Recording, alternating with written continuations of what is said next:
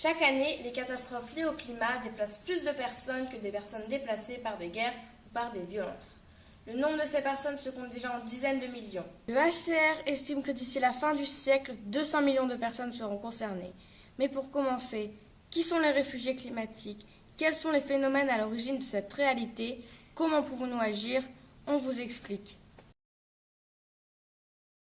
François Gémen, membre du GIEC, explique que les réfugiés climatiques sont l'ensemble des personnes qui doivent quitter leur maison ou quitter leur terre à cause de dégradations de l'environnement très différentes et très diverses. Hind Assaoui Benami de l'OIM que nous avons jointe à Dakar au Sénégal nous explique qu'en réalité, le statut de réfugié climatique n'existe pas. Quand on parle de réfugiés climatiques, on parle d'une catégorie spécifique de migrants et on parle d'un statut juridique de protection qui aujourd'hui n'existe pas encore. Dans la Convention de Genève, il n'est pas les causes qui pourraient justifier l'accès au statut de réfugié.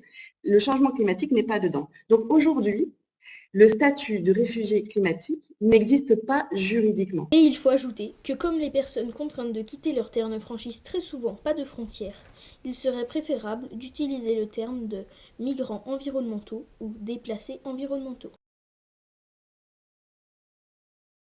Madame Norliette Couderin nous explique les raisons liées au changement climatique qui poussent aux migrations au Bénin. En termes de perturbations climatiques qui peuvent entraîner des migrations au Bénin, on en a tellement qu'on peut citer l'élevation du niveau de la mer, la salinisation des sols, les inondations, la sécheresse, la désertification, l'intensification du vent et les vagues de chaleur. Et il n'y a pas qu'au Bénin que ces phénomènes sont constatés.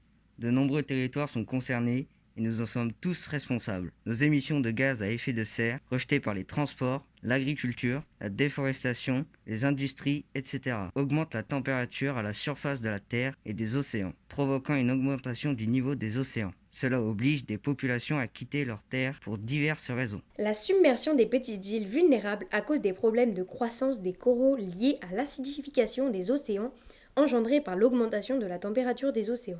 Ces petites îles sont pour certaines menacées de disparition. L'érosion marine sur de nombreuses côtes. Des phénomènes climatiques extrêmes de plus en plus violents et fréquents. Inondations, tempêtes, typhons, cyclones dans de nombreuses régions du monde. Les émissions de gaz à effet de serre sont à l'origine du réchauffement climatique et donc des migrations environnementales. Les pays les plus impactés par ce réchauffement sont très souvent ceux qui produisent le moins de gaz à effet de serre. Mais il existe des solutions pour les aider, notamment en réduisant nos émissions de gaz à effet de serre. Pour cela, chacun d'entre nous peut privilégier les transports respectueux de l'environnement et les transports en commun. Baisser un peu le chauffage et préférer mettre un pull. Manger moins de viande et plus de produits locaux. Développer les énergies renouvelables. Dis donc, 200 millions de réfugiés climatiques d'ici la fin du siècle. C'est préoccupant quand même, non? Ouais, mais t'as vu, pour réduire les effets du changement climatique, on peut tous agir. Nous sommes tous concernés. Tous engagés, Tous solidaires, tous responsables.